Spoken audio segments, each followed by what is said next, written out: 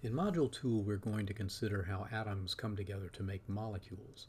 And most of that is going to involve a different sort of bonding, but for this first lesson we want to talk about how atoms can form ions and how those ions can subsequently come together to form ionic compounds.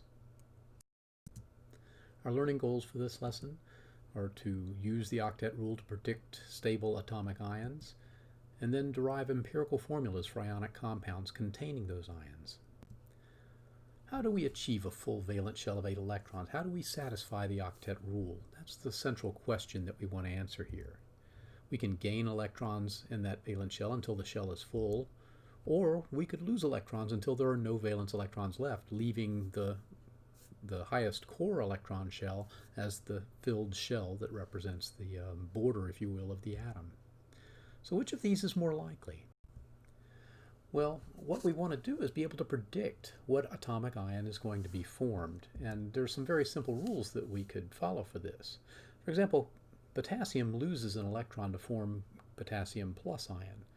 You might ask, why not gain 7 electrons to form potassium 7 minus? Both of those would result in a full valence shell. At the same time, we have sulfur will gain 2 electrons to form a sulfur 2 minus ion. Why wouldn't it lose 6 electrons and form sulfur 6 plus?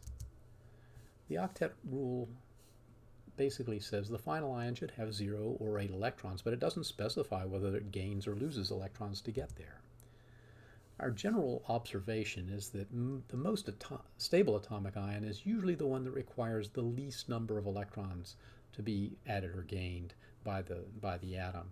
So in these two cases, we're going to look for potassium to lose 1 electron, and we're going to look for sulfur to gain 2 electrons, not the larger number of electrons that would be needed to form K7 minus or sulfur S6 plus. So our general trend for atomic ions in the periodic table is going to look something like this, and you should go through and verify that these various columns are going to have these stable ions in order to achieve an octet, full octet in the valence shell. The first column loses a valence electron, the second column loses 2, the third column loses 3. Then we begin gaining electrons. These 3 have 5, 6, and 7 valence electrons, so they're more likely to gain electrons and form negative ions. The last column, of course, is the noble gases, which are inert, and they tend not to either gain or lose electrons. So these are some of the elements that appear in each of these columns, so you should begin to associate these elements with the charges that are above them at the top of the columns, because those are the predominant ions that those atoms will form. Now you may have noticed that we've left out a column here, the one with 4 valence electrons. And it's probably not hard to figure out why, because there's plus 3 on one side and minus 3 on the other side. These are carbon and silicon, and one might ask, will they form plus 4 ions or minus 4 ions? Well, in fact, they can do a little bit of each, but mostly what they do is form a different kind of bond rather than form an ion. Now I want to show you a more colorful version of the periodic table that helps to delineate these things. This separates the red atoms up here, which are nonmetals, and those are, remember, most of the ones that are forming negative ions. And then a much larger group here in this central part of the periodic table, which are blue and form positive ions.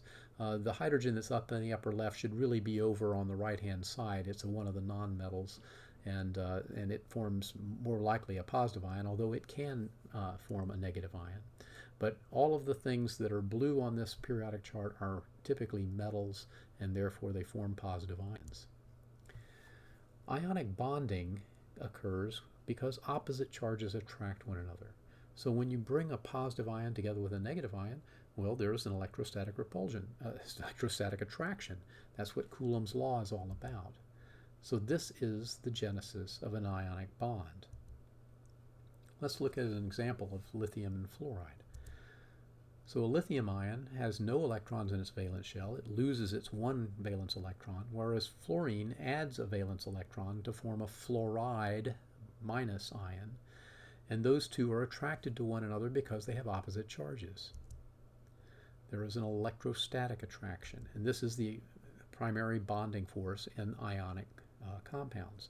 This is called lithium fluoride. The way we typically name these compounds is we name the positive ion first, and just in this case usually just the name of the element, and we name the second ion, the negative ion second rather, and that's usually given a slightly different name. We change fluorine to fluoride, and so a lot of these negative ions are going to end in IDE. It's a good way to tell that it is a negative ion and not the element that makes it up.